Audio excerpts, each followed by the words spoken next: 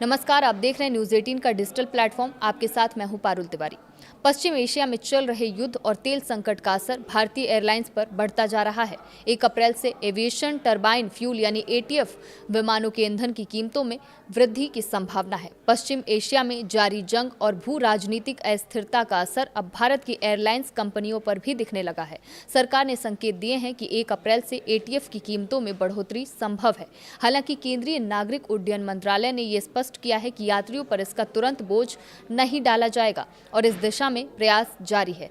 केंद्रीय नागरिक उड्डयन मंत्री राम मोहन नायडू ने कहा कि एटीएफ की कीमतें हर महीने की पहली तारीख को तय की जाती हैं और ऐसे में संभावित असर 1 अप्रैल से दिख सकता है।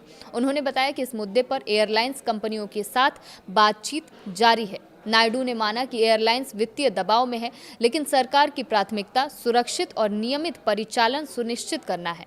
ईरान युद्ध के कारण कच्चे तेल की सप्लाई बाधित होने और खाड़ी देशों के ऊपर से उड़ानों पर रोक लगने से बीमा महंगा हुआ है और ऑपरेशनल खर्च बढ़ने का खतरा उत्पन्न हुआ है। अगर तेल महंगा हुआ तो इसका सीधा असर एटीएफ की कीमतों में वृद्धि के रूप में दिखेगा। हालांकि सरकार ने साफ किया है कि यात्रियों को तुरंत महंगे किराए का सामना न करना पड़े, ये उसकी प्राथमिकता है। मंत्री नायडू ने आगे कहा कि मौजूदा हालात में तेल और एटीएफ की कीमतों में बढ़ोतरी लगभग तय है, लेकिन उन्होंने जोर देकर ये भी कहा कि मंत्रालय का ध्यान ये सुनिश्चित करना होगा कि इससे टिकट की कीमतों में भारी उछाल न आए। यात्रियों के हित में सरकार हर संभव कदम उठाएगी। वहीं बढ़ी हुई लागत का बोझ कम करने के लिए घरेलू एयरलाइंस ने पहले ही फ्यूल सरचार्ज लागू कर दिया है।